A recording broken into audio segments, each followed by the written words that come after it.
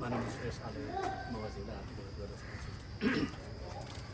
नेपाल महासङ्घका अध्यक्ष ज्यूलाई सम्पूर्ण पदाधिकारीज्यूहरू, सल्लाहकारज्यूहरू र यस कार्यक्रममा उपस्थित सम्पूर्ण प्रबुद्ध तथा मगर दाजुभाइ सबैलाई जोडले मेरो यो सबभन्दा पहिले त म आदरणीय बुवा हेमन्त कुन मगर नेपाल मगर सङ्घको संस्थापक अध्यक्षको स्मृति दिवसका अवसरमा यही स्मृति दिवसका अवसरमा उहाँप्रति भावपूर्ण श्रद्धाञ्जली व्यक्त गर्न चाहन्छु र उहाँ सँगसँगै यो मगर समाजको लागि मगर सङ्गठनको लागि योगदान दिनुहुने हाम्रो माथि उहाँहरूलाई पनि उहाँहरूको हार्दिक श्रद्धाञ्जली दिन चाहन्छु, उहाँलाई स्मरण गर्न चाहन्छु। आज यो एउटा पूर्ण कार्यक्रम महत्त्वपूर्ण कार्यक्रम देशमा राख्ने मौका दिनुभएको साथीहरूले धन्यवाद दिन चाहन्छु। हामी हेमन्त कुन मगरलाई बुवा भनेर भन्थ्यौँ। मेरो जिन्दगीको एउटा ठुलो सौभाग्य, यदि हामीहरू चाहिँ भाग्यमा विश्वास गर्दैनौँ, त्यो पनि सबको साथमा हुनुपर्छ। उहाँसँग सँगै बसेर काम गरेर अवसर पाएँ। 4 वर्ष, 1 वर्ष तदर समितिको कार्यकालमा, 3 वर्ष केन्द्रीय समिति निर्वाचन केन्द्रीय समितिको कार्यकालमा उहाँ एकदम सिधा सरल मान्छे हुनुहुन्थ्यो। लपन सपन केही थिएन, बिल्कुल मगर ठिक मगर टाइपको हुनुहुन्थ्यो। कतिपय कुरा त मलाई पनि त्यति बेला थाहा थिएन। अहिले जब उहाँको जीवनी तपाईँले पाठ गर्नुभयो त्यो मैले थाहा पाएँ। र महत्त्वपूर्ण पक्ष मसँग जोडिएको, मसँग मेरो जिन्दगीमा छोकिएर छ भने उहाँ पनि सेकेन्ड हेड जिया जुन भन्नुभयो, मेरो बुहारी त्यही पल्टमा सायद।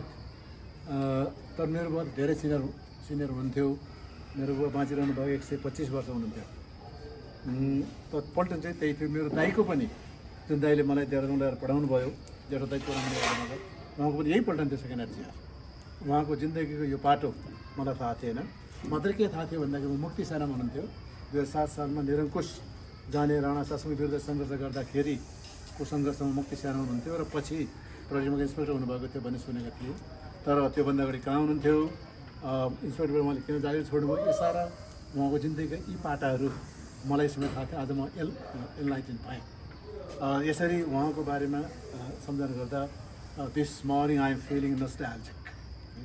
गोर्खालीको मबाट फेरि अङ्ग्रेजी निस्केछ है, अङ्ग्रेजी पो आएको छ जस म उहाँलाई सम्झिरहेछु। उहाँ एकदम इमान्दार मान्छे, बुढो भइकन पनि त्यति बेला एकदम सक्रिय।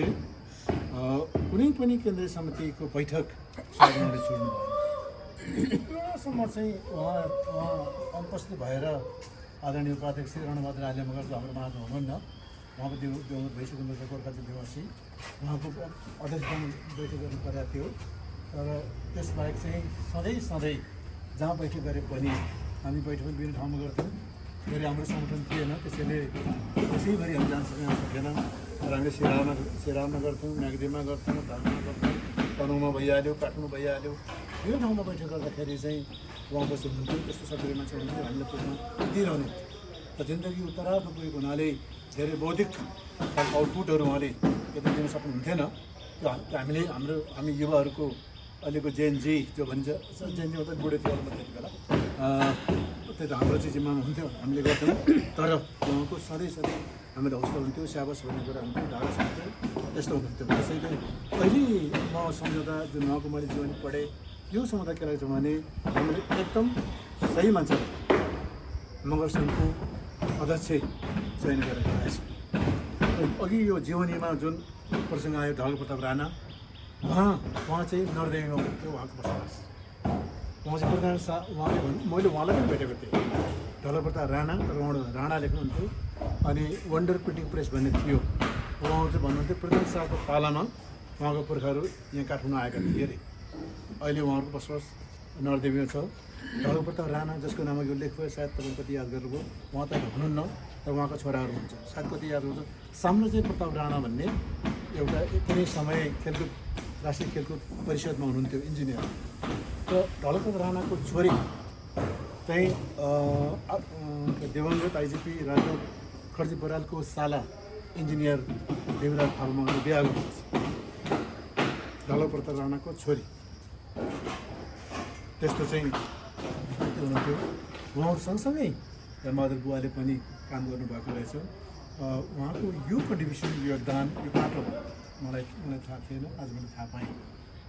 जस यसरी उहाँले एक वर्ष एकदम उहाँले मौसमराज सङ्गतमा, त्यसपछि कविराज आउनु, त्यसपछि अरू आउनुभयो। जस यसरी चाहिँ यति बेला जुन एउटा चाहिँ केही मान्छेहरूले लर्ड सनकका घरमा उनीहरू मगर हेर्नु भनेका छन्, त्यस्तो बिल्कुल त्यस्तो कुरा उहाँकोबाट आउने थिएन, त्यो होइन है, त्यो होइन। त्यस्तो कुरा कहिले पनि उहाँले गर्नु भएन। सधैँ मगर भनिरहनु भयो। मगरहरूकै लागि मगरहरूकै सङ्गठनमा उहाँ चाहिँ समर्पित भइरहनु भयो। सायद त्यति बेला पञ्चायतकालमा हामीले पनि एउटा क्याम्पलाइज गरेका थियौँ। निरङ्कुश तानाशाही पञ्चायत व्यवस्थामा हामीले मगर गुरुङको नामबाट सङ्गठन खोल्न सक्ने थिएनौँ। त्यसलाई क्यामोफ्लाइज गर्नुपर्थ्यो हामीले। यो मिलिट्री भाषा हो, क्यापिटल सबलाई थाहा छ, त्यसलाई छोप्नुपर्थ्यो हामीले। नेपाल मगरसँग भन्न सक्ने थिएनौँ, भनेनौँ। नेपाल लाङ्गाली सङ्घ भन्यौँ हामीले, पहिला लाङ्गाली परिवार भन्यौँ, पछि चाहिँ जस्तो अरूले शेर्पाहरूले सगरमाथा सेवा केन्द्र भन्थे, गुरुङले रोधी परिवार भन्थे। यस्तो खालको स्थिति थियो। त्यति बेला प्रशासनको तर्फबाट उहाँलाई सायद केही अब्जेक्सन आएन होला, किनकि मगरसँग भनिएको थिएन। आएको हुन्थ्यो भने पनि उहाँको जुन इन्सपेक्टरको जुन पद थियो, हैसियत थियो, त्यसलाई छोपिदिन्थ्यो। यसै हामी अगाडि बढेका थियौँ, क्यामोफ्लेजको अगाडि बढेका थियौँ। र निरङ्कुश तानाशाही पञ्चायत व्यवस्था ढलेपछि आएको भौगोलिक व्यवस्थामा पछि नै हामीले नेपाल मौसलाको अगाडि बढेका हौँ। यद्यपि लाङ्गाली परिवार, लाङ्गाली सङ्घ र मगर सङ्घ के नाम राख्ने भन्ने बारेमा पनि हाम्रो यस विवाद भयो। उन त महासचिव भन्नुभएको छ छोटो बोल्ने भनेर, छोटो बोल्ने पनि हो, यहाँ फेरि उभिएर पनि धेरै भयो। त्यही पनि इतिहासको यो पाटो पनि याद गर्दा हुन्छ, धेरै थाहा पनि होला, कहिले थाहा नहुन पनि सक्छ। 48 सालमा मगर सङ्घको महाधिवेशनमा नेपाल लाङ्गाली सङ्घ भन्ने नाम राख्ने कि मगर सङ्घलाई नाम राख्ने कि मगर सङ्घमा चाहिँ परिणत गर्ने भन्ने बारेमा चाहिँ निकै विवाद भयो, चर्को विवाद भयो। अहिले जस्तो चुनावै एक प्रकारको चुनाव पनि गर्नु पऱ्यो, तर प्रत्यक्ष निर्वाचन हात उठाएर। र त्यति बेला चाहिँ म लगायत साथ के भन्यो भने मगरसँग राख्नुपर्छ। अहिले एउटा त खुकुलो राजनीतिक व्यवस्था आयो, त्यो मगरसँग राख्नु हामीलाई आपत्ति छैन, राख्दा हुन्छ। तानाशाही व्यवस्था पो क्यामोफ्लेज गर्नु पर्थ्यो र हामीले लाङ्गालीसँग राखेका थियौँ। अब भने त्यो समस्या छैन। एउटा त्योभन्दा पनि महत्त्वपूर्ण कारण लाङ्गा भन्ने शब्द मगर समुदायले बोल्ने 3 भाषामध्ये एउटा भाषाको मात्रै शब्द हो। लाङ्गा गाउँ, भिलेज। तराई समुदायको 2टा भाषाको शब्द यो होइन। एउटा त्यो कारणले पनि मगर सङ्घ चाहिँ सबै मगरहरूको हो। 3टा भाषा 4टा भाषा जति बोले तापनि चटाको पनि मगरहरूको। लागा भन्ने शब्द एउटा बाह्रपन्थी मगर भाषाको एउटा शब्द हो, त्यसैले पनि यो नराखौँ, एउटा कारण। अर्को चाहिँ लाङ्गा भन्ने शब्द चाहिँ लाङ्गाली भन्ने शब्द मगरकै सिनोनिम जस्तो त हाते परेको जस्तो भएको थियो, तर ठ्याक्कै परेको जस्तो होइन। र फेरि सबैले त्यस कारणले थाहा पनि छैन। मगर त थाहा छ, मगर भनेपछि स्पष्ट भइहाल्यो। लाङ्गाली भन्दाखेरि स्पष्ट पाइरहनु पर्थ्यो। लाङ्गाली भनेको यो, यस कारणले यो भनिरहनु पर्थ्यो। त्यसैको फाइदा उठाएर 39 साल तनहुँ भएको महाधिवेशनमा अतिथिको रूपमा बोल्नुहुने त्यति बेलाको रापंश राष्ट्रिय पञ्चायत सदस्य, रापर भयो राप्रपा भनेर मासु झुकिनु भयो होला, रापंश राष्ट्रिय पञ्चायत सदस्य। उसले श्रीभद्र शर्माले के भन्थ्यो भने म पनि यो लाङ्गाली सङ्घको मान्छे हो। त्यो लाङ्गाली भनेको तपाईँहरूको चाहिँ अर्थ सब गाउँले हो, म पनि गाउँले हो, मेरो गाउँ त्यहीँ छ भन्थ्यो क्या। त्यसैले यो मगर नै राख्नुपर्छ भन्ने यस कारणले पनि हामी गयौँ। त्यति बेला चाहिँ चुनावै भयो, लाङ्गाली सङ्घ कन्टिन्यू गर्ने, मगर सङ्घ राख्ने भन्नेमा चुनावै भयो। चुनाव फेरि कस्तो गऱ्यो, ल मगरसँग भने यता हो भाइ हो, भाइ बहिनी हो, लाङ्गालीसँग त्यता जाऊ भन्ने भएर म लगायत सबै साथी मगरसँगमा थियौँ। त्यो मगरसँग भनेर जिताएको थियो क्या। यसरी चाहिँ इतिहास यसरी चाहिँ यो नाम परिवर्तन भएर हामी आइयो। र नामको बारेमा पनि यो थियो, हेमादु पुन बुवा पनि यतातिर हुन्थ्यो, लगायत हुनुहुन्थ्यो। हामी धेरै साथीहरू यता थियौँ, उतातिर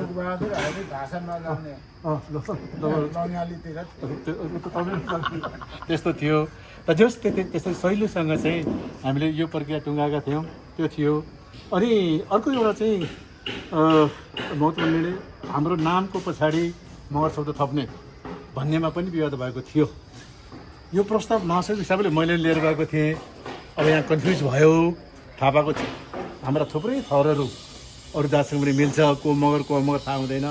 त्यसैले सम्पूर्ण मगरहरूले आफ्नो नाम थर पछाडि मगर थप्ने भन्ने निर्णय लिएर गयौँ हामीले। त्यो माइन्ड बुकमा छ, सायद तपाईँले हेर्नु भएको होला। म लगायत धेरै साथीहरू यसको पक्षमा थियौँ। आदरणीय संस्थाको अध्यक्ष बुवा पनि हुनुहुन्थ्यो। त केही साथीहरू चाहिँ हामीले किन लेख्ने, बरु छेत्रीहरूलाई भनौँ न, तिमीले छेत्री लेख भाइ भनौँ न भन्ने खालको कुरा गर्नुहुन्थ्यो। हाम्रो तर्क के थियो भने अब कहाँ छेत्रीहरूलाई भन्दै जाने, सूर्य र थापालाई कहाँ भन्दै जाने, तपाईँले थापा लेखेको हुनाले कन्फ्युज भयो हामीलाई, प्लिज थापा छिटो लेख्नुहोस् भन्दै कता जाने हामीले, बरु हामीले लेखौँ न, थापा मगर, हाले मगर, पोन मगर, घरती बुढामा लेखौँ न हामीले भन्ने खालको तर्क भएर यसरी चाहिँ यो मगर लेखिया थियो।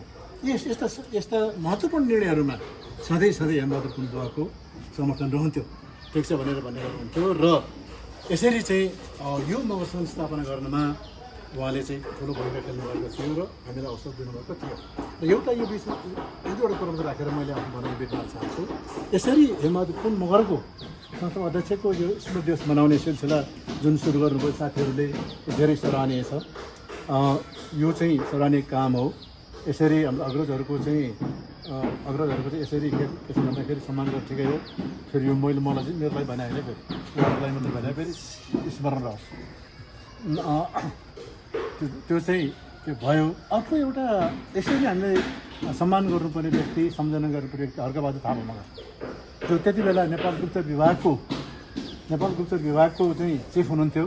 आइजी भन्थ्यो त्यति बेला, नाम पनि नेपाल गुप्तचर विभाग नेगुबी भन्ने थियो, अहिले राजसंरक्षण विभाग भन्ने छ। उहाँ पनि त्यो गर्नुपर्ने मान्छे। किन लाङ्गाली परिवार भन्ने जुन थियो 28 सालमा खिलदो थापा जसको संस्थाको अध्यक्ष हुनुहुन्छ, त्यो स्थापना गर्न उहाँको ठुलो भूमिका थियो। इलाम पहाडगर बडाबाट आउनुभयो, नेगुबी नेपाल गुप्तचर विभागको आइजिपी हुनुभयो, पछि बङ्गलादेशको राज्य पनि हुनुभएको थियो। उहाँको पनि ठुलो भूमिका थियो लाङ्गाली परिवार स्थापना गर्नमा। र धेरैलाई थाहा होला, नेपाल महासङ्घको प्रथम राष्ट्रिय महाधिवेशन जुन तनहुमा 2039 साल फागुन 15, 16, 17 गति भयो, त्यसको प्रमुख अतिथि उहाँ नै हुनुहुन्थ्यो। हर्कबहादुर थापा मगर, सायद पिठाकोटी थापा हुनुहुन्थ्यो। उहाँको अरू प्रकारले त हामीले सम्झना गर्दैनौँ, तर म महासचिव भएको हर्क पुरस्कार भन्ने हामीले स्थापना गरेका थियौँ। त्यो हर्क पुरस्कार भन्ने त्यति बेला ओझेल्नु परेछ, त्यो हरायो, त्यसैले त्यसलाई ल्याउनु पऱ्यो। त्यो हर्क पुरस्कारलाई हाम्रो मगरको सर्वोच्च पुरस्कारको रूपमा चाहिँ स्थापना गरौँ, हामीले यसरी अगाडि बढाउँ। त्यसो भयो भने त्यो हर्क पुरस्कारलाई हामीले नेपाल मगर सङ्घको चाहिँ नोबेल पुरस्कार भनौँ न, त्यसरी मानौँ। त्यो सन्दर्भमा मैले उहाँको परिवार, उहाँको एउटा छोरा हो, उसको छोरा हुनुहुन्छ, उहाँको छोराहरूसँग उहाँको भतिजी सन्तबहादुर पुन मगर इन्जिनियर जो धेरै हुनुहुन्छ, हरु थापाको दाईको छोरी चाहिँ हो। दाईको छोरी उमा थापा मगर उहाँले पाल्नु भएको थियो। अर्को थापाले उमा दिदीले सन्तपुन भेनाले विवाह गर्नुभएको। उहाँसँग मैले कुराकानी गरेको थिएँ। हरको पुरस्कार मगरसँगले यसरी स्थापना गर्छ, अगाडि बढाउँछ, तपाईँले सहयोग गर्नु भन्यो भने चाहिँ हुन्छ भने तयार हुनुहुन्थ्यो। तर यता मगरसँगले नै त्यसलाई पहल गर्न लिनु पर्ने हुन्थ्यो। त्यसको कमी भएर त्यो भएको छैन। तर अब त्यो मगरसँगको बालवाला नेतृत्व र महाधिवेशन भएछ भने त्यसपछि नेतृत्वले यस बारेमा चाहिँ अलिकति क्रियाशील भएर महत्त्व दिएर अगाडि बढाउनुपर्छ भन्ने कुरा राख्न चाहन्छु। र अब सर धेरै कुरा नराखौँ अब। र अन्तमा फेरि पनि नेपाल मगर सङ्घलाई हामी जुन अगाडि बढाइरहेका छौँ यसको ठुलो भूमिका छ। नेपालको तेस्रो सबभन्दा ठुलो धेरै जनसङ्ख्या भएको समुदाय, आदिवासी जनजातिमध्ये चाहिँ सबभन्दा धेरै जनसङ्ख्या भएको समुदाय, सबभन्दा ठुलो समुदाय नभनौँ, ठुलो सानो कोही पनि छैन, संख्यामा धेरै थोरै होला। त्यस्तो समुदाय भएको हुनाले इतिहासमा धेरै योगदानहरू यो मगर समाजले दिएको हुनाले त्यो सिलसिलालाई, त्यो लिगेसीलाई, त्यो विरासतलाई हामीले अगाडि बढाउनुपर्छ। मगर सङ्घले यसको ध्यान दियोस्। यसरी हाम्रो अग्रजहरूको पनि सम्मान गर्ने कुरा हामीले गर्दै जाउँ। र एउटा कुरा मलाई चाहिँ कुरा छ भने यो यस्तो कार्यक्रममा म भएसम्म चाहिँ अरूको मकै नपाले नआउने भयो, यसलाई कसरी मिलाउने होला उपरान्त अब धेरै वर्ष छैन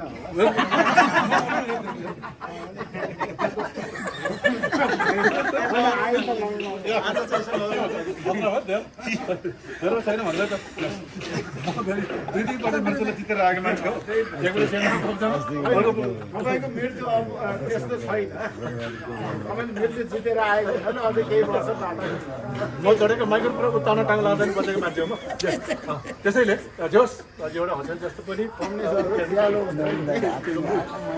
पनि राख्दै फेरि पनि आदरणीय हेमबहादुर पुन मगर बुवा नेपाल मगर सङ्घका संस्थाको अध्यक्षज्यूप्रति हार्दिक श्रद्धाञ्जली व्यक्त गर्दै र हामीलाई छोडेर जानुभएका नेपाल मगर स्थापनामा यसको सञ्चालनमा महत्त्वपूर्ण योगदान दिनुभएका दिवंगत नेताहरूप्रति पनि हार्दिक स्मरण व्यक्त गर्दै उहाँहरू सबैलाई सम्झाउँदै यो कार्यक्रम आयोजना गरेको मान्यवर मगर सङ्घको वर्तमान नेतृत्वलाई हार्दिक धन्यवाद दिँदै मेरो छोटो श्रद्धाञ्जली मन्तव्य यहीँ टुङ्ग्याउन चाहन्छु।